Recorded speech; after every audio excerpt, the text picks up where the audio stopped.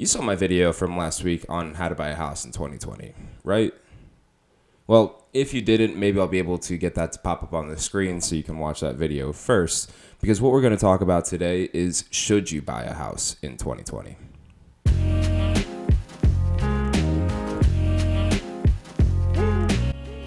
Hey everyone, and thanks for joining me.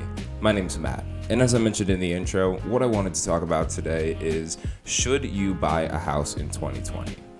Now, there's a lot of misconceptions going on with kind of the housing market and everything going on, so that's probably the first place where I'll start.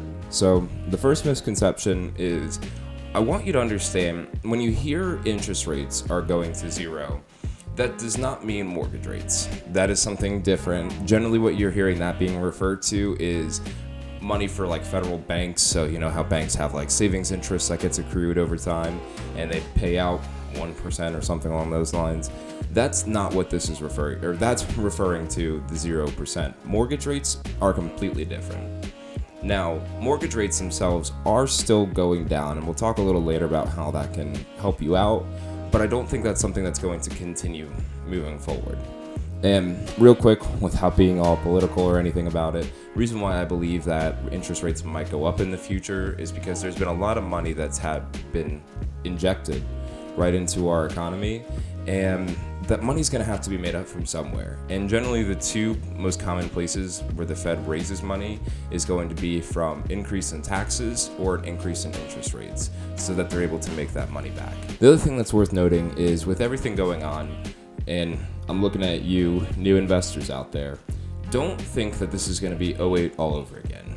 Every time there's an economic downturn, there's always a different route to the evil. And just thinking that because in '08 we saw housing prices crash and everything was cheap, so investors were able to come in and kind of swoop up a lot of the market, doesn't mean that's what's going to happen right now. And actually the opposite's happening.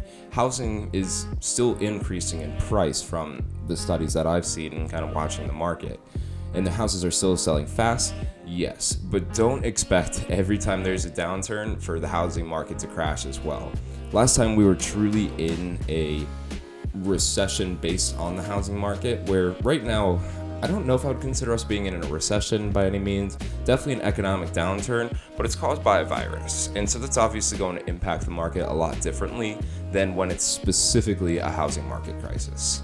So now that those little misconceptions are out of the way, let's go ahead and move on and talk about if you should or shouldn't buy a house in 2020. So the first thing that'll help us determine if now is the best time for you to buy a house is going to be you. Now, there's a few questions you should ask yourself whenever starting this process, regardless if we're in a downturn or not. And the first one is your job and your job security. So, do you anticipate that your job is safe, secure, and 6 months, a year down the road from now, you'll still be working in that job or still have that job? If so, then that's a good sign. But if there's any uncertainty about your future, then it might not be the best time. Maybe pump the brakes for a little bit. Reason being is because it happens. It happens often where somebody will go through the process, they're already applying for a loan, looking at houses, and for whatever reason, they lose their job. And that can really not feel good for you. And it's just something to take into consideration, because the last thing you would also want is, let's say you actually made it through that entire process. You got approved for the loan, you put an offer on a house, that was accepted, you paid for inspections and everything. Now you've been in that house for 2 weeks and you lose your job. You want to make sure that you can still continue with those payments, make sure that you're going to be in a comfortable position financially, and if there's ever any doubt or uncertainty about your job in the next year or so, maybe it's not the best time to be looking at a house, and maybe it's a better time for you to be building up your emergency fund. Now that also brings us to the next part about you, is how much money do you have saved up? But again, this kind of piggybacks on the last one, but you want to make sure you have, they always recommend about 6 months of money in emergency fund saved up, and that would include 6 months of mortgage payments. Because again, if you lose your job, or if you have a kid going to college, or any other big expenses that might come up along the way, you need to be prepared for that. And if you don't have that money with you, it could put you into a bad place financially, and ultimately you can bury yourself into a hole that's going to be really hard to climb back out of.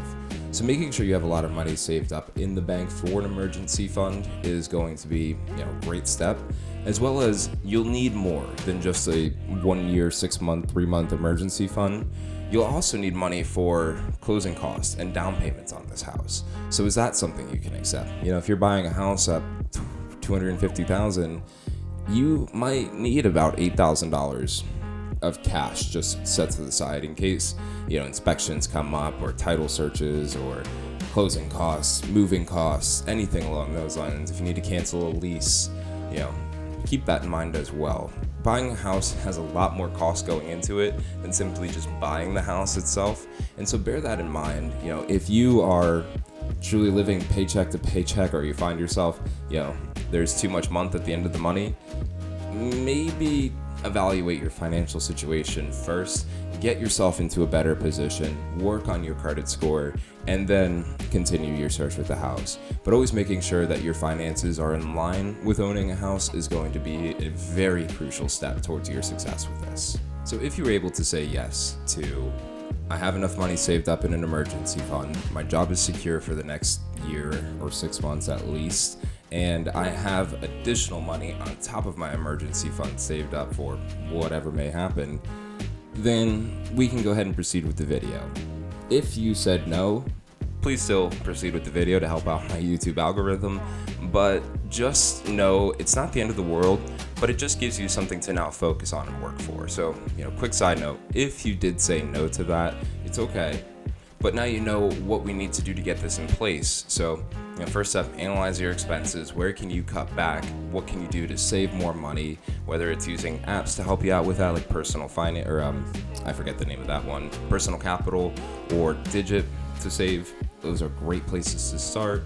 But, just continue to educate yourselves and do what you can to make sure that you are going to be ready when the time comes for you to buy a house, and that there's not going to be any expected costs or you find yourself in a financial hole from buying a house. That's what we want to avoid. Anyway, so the next thing to talk about is going to be interest rates. Now, there's a little bit interesting things with interest rates. Yes, and mortgage rates. We'll specify mortgage rates. So with them going down, basically what that means is, and if a mortgage rate was 4% and you were able to afford a $300,000 house, and then all of a sudden mortgage rates drop down to 3%, that might mean now you can afford a $350,000 house. So that's kind of the beauty with interest rates going down. Now on the flip side, as I mentioned earlier, mortgage rates could still go back up. So if you're in a good position and you believe that mortgage rates will be going up in the future, then understand that if those rates go up or as they start to go up, you will have less buying power as the purchaser. Now, doesn't mean that's going to stop you from buying your dream home. Your dream home could always be still within that price range regardless of the interest rate. But it's something to keep in mind that with the lower rates means you have more buying power. So if you are in a position where you think, hey, I can afford this, job's good to go, I'm ready to move on this, then yeah, I think it's a really good time to speak to a lender and see exactly what options are out there for you. And also, always speak to your lender about where they think rates are going to be headed. I don't know, or I don't believe they'll be able to give specific advice on that because nobody actually knows what's going to happen with interest rates and mortgage rates. But they'll have a good idea and understanding as to what they think the future looks like and what you can expect as the buyer. So if you are financially comfortable and able to purchase a house, then just know that with low interest rates, it makes it a real attractive time to buy a house. Lastly is just going to be the overall cost of the house. Now, I've had a lot of friends, family, other people just kind of ask me, they're like, so when do you think these housing prices are going to go down? With everything going on, I thought things would be getting cheaper. And it's like, yeah, I see your thought process, but we don't know that. And from everything I've seen, housing prices are staying steady, if not increasing. So don't hold off on buying a house because you think there's going to be a huge economic crash and you're going to be able to get a $500,000 house for pennies on the dollar. That's not really realistic, and it's just not a good way to go about it because you're anticipating something that historically is always increasing is going to go down significantly. So if you've been approved, job is good, everything's in line, don't hold off on this because you think that everything's going to hit rock bottom and then that's when you buy. That's why I said I was speaking to the investors, because I do see a lot of investors out there that think, hey, this is my chance at '08 all over again. I'm going to capitalize on this opportunity. I've got my money ready to go. And they're waiting. And they wait some more. And then they wait a little bit longer, and before they know it, the house is gone. Because, with investments, or if you're investing in real estate, the price of the house, yes, is important, but a good opportunity and a good value is just as, if not more important than the actual price of the property. So if this is something that's going to cash flow for you, if it's something that is going to increase in your equity over time, but you think that it's going to drop $20,000 in price, don't wait. It's not worth it. I mean, it might be worth it if you want to. I'm not going to tell you what to do, but don't let the fact that you think housing should be crashing at this point in time stop you from making that investment in a property. So I hope this video was helpful. Hope it wasn't me just kind of on a rant here, but just wanted to help you kind of understand briefly if now is a good time to buy a house. If you're looking for my specific answer, it depends. But I'll say, again, if you checked off everything from the first step financially, if you're good to go, then yeah, I think you could buy a house right now and take advantage of these rates while they're low, because if they go up and you're locked in at a fixed rate, you don't have to worry about mortgage rates going up. You'll be good. Now, if you are uncertain about your job, or don't have a lot of money saved up, or just, aren't necessarily ready to pull the trigger, then no, pump the brakes. Let's hold off on a little bit, and let's see what we can do to make sure when that time comes for you to buy a house, not only are you financially ready, but mentally ready as well. As always, hope this video is helpful for you. If you are interested in looking at houses in Charlotte, I'm going to leave a link to my website below so you can see my listings, and you can also reach out to me that way. If you found this video helpful, like it. If you didn't, dislike it. Doesn't really matter.